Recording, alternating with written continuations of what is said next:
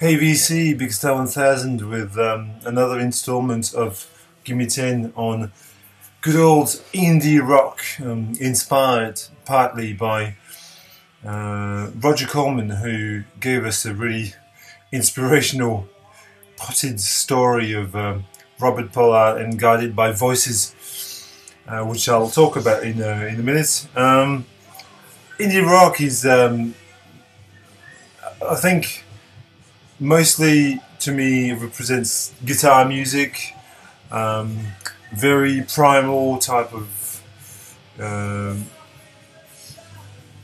music with often quite simple song structures. Although with bands like Sonic Youth and Pavement, the song formats can get completely disjointed and distorted. But generally it's pretty straightforward, and it's just good old honest music. We're all trying to expand our horizons with talk about African music yesterday, or we talk about experimental jazz or third stream or whatever we listen to, whatever bent we're on. But really, indie music is simplicity at its core, and sometimes very refreshing to listen to it. And so always revisit those classics. These are classics of the genre, and the records that I'm listening to in the background, and just as I'm talking now, its greatest song just pops up is Sonic Youth, Dirty. Probably my favorite Sonic Youth records. I mean, Daydream Nation and Dirty are on a par. Do not have this on vinyl. Half of the selections that I have here are on CD, because indie rock being sort of mid-90s to mid-2000, really the golden age, is really CD. Most things were released on CD rather than vinyl, and that's how I bought them. This is a fantastic record, and the song that just popped up now is Sugarcane, which I think is, to me, it's almost Sonic Youth's best song. It's just so, I just love that song. It's just so catchy. And so Sonic Youth, Dirty is from the mid-90s, I guess 94 or something like that, 93 or 94.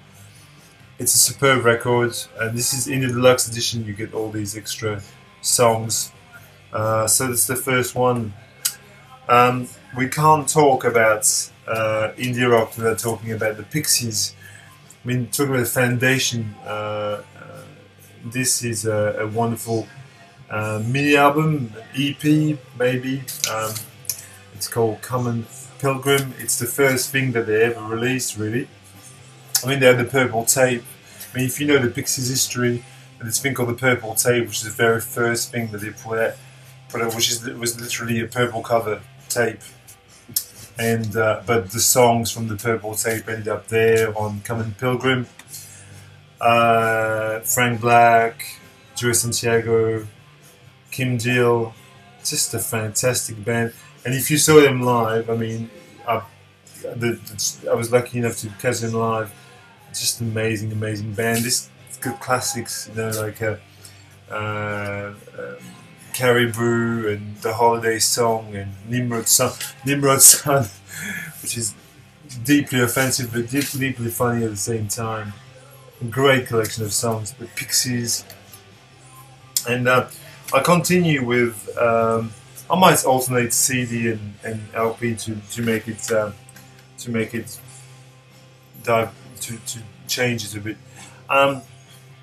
I could talk about Dinosaur Jr., but I'm not going to. I'm going to talk about a band that evolved from Dinosaur Jr., which is Sebadoh, a band that I really deeply love as well. I have a lot of Sebadoh, probably 6 or 7 records by the album by them, and my favorite one by Sebadoh is probably this record, Bakesale, which is signed by Lou Barlow. I met Lou Barlow after a solo gig. I saw Dinosaur Jr. A week before, and then he did a solo gig in Melbourne, and I met him, and I had my CDs with me, And I said, "Who's this on the photo?" And he said, "It's me." So he signed it, Luby's ass. It's fantastic. This is a great record. It's just an amazing, amazing piece of music. Sebadoh was Lou Barlow's band. Okay, continuing with another monster classic of the genre, really. None other than Pavement's Slanted and Enchanted. Also saw them live a few years back when they reformed, an amazing show. Which from this show, something I remember is their rendition of what's the song? In the Math a Desert. There is that song there. In the Math a Desert. Fantastic version live. It just blew me away. Obviously, Pavement, if you don't know, a band from Stockton, California, and Stephen Malkmus and Spiral Stairs were the two lead members of the band, and obviously there's three other people in the band, but Stephen Malkmus is the chief songwriter. This is a wonderful album, heavily inspired by the Fall. Stephen Malkmus was a Fall freak, he still is, and this is a record from 1984, I think, or 93 or 94, or 92, sorry, 92, on Matador. Amazing band.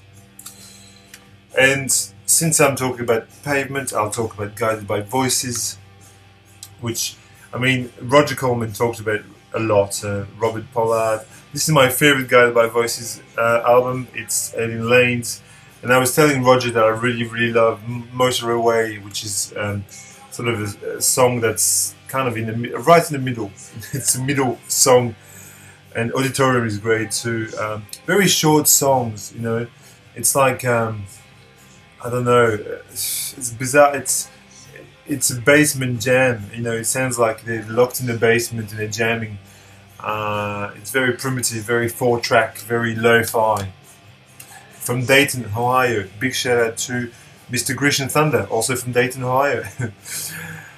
Okay, continuing. This one could go into a post-rock video as well. And look, indie rock, post-rock, they're very related genres of music. But I had to include this record because I love this record, Slint Spiderland. That is a wonderful piece of music. Especially the opener, Breadcrumb Trail, is just amazing. Band from Louisville, Kentucky. And the photo there was taken by Bonnie Prince Billy, Will Oldham, because they were on the same scene. Great post-rocky, noise rock records. It's amazing. If you don't have Spiderland, you should. Let's talk about a couple of Canadian bands that I really love. Well, two Canadian records I really love. This one, Broken Social Scene, is a collective from Toronto. Hello Mark, Dr. Deadwax. Fantastic record, You Forgotten People. Again, a band that I saw live on this tour. One of the best shows I've ever seen, really, the Forgotten People tour. A superb selection of songs, really, this is deep, this is really cool music. Broken Social Scene from Canada. And since I'm on Canada, I actually met the two, Kevin Drew and the other guy. I actually met them before the gig, which was cool. It's great. And also, I love this record. I mean, this is the only Arcade Fire record that I really love. The rest, there's nothing for me.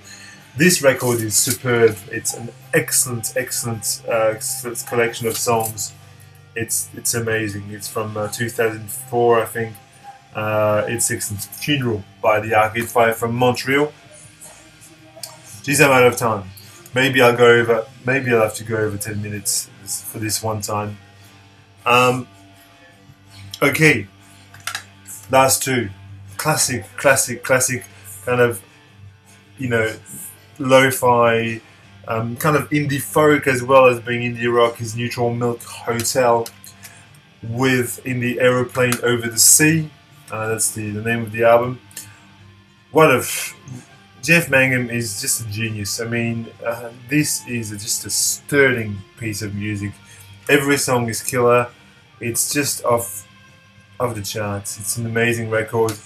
This was released in, oh, I can't remember, the late 90s. My guess is late 90s. I can't remember exactly. 90, maybe 98, 99, maybe even 2000. I don't recall right now. And last but not least, a fantastic piece of music is I Can Hear the Heart Beating as One by the great Yoda Tengo from Hoboken, New Jersey. Amazing band, and again another band that I caught live. And I mean, the live act from Yoda Tengo was so. Some couple of songs were great, like Sugar Cube was really good. This is classic upon classic.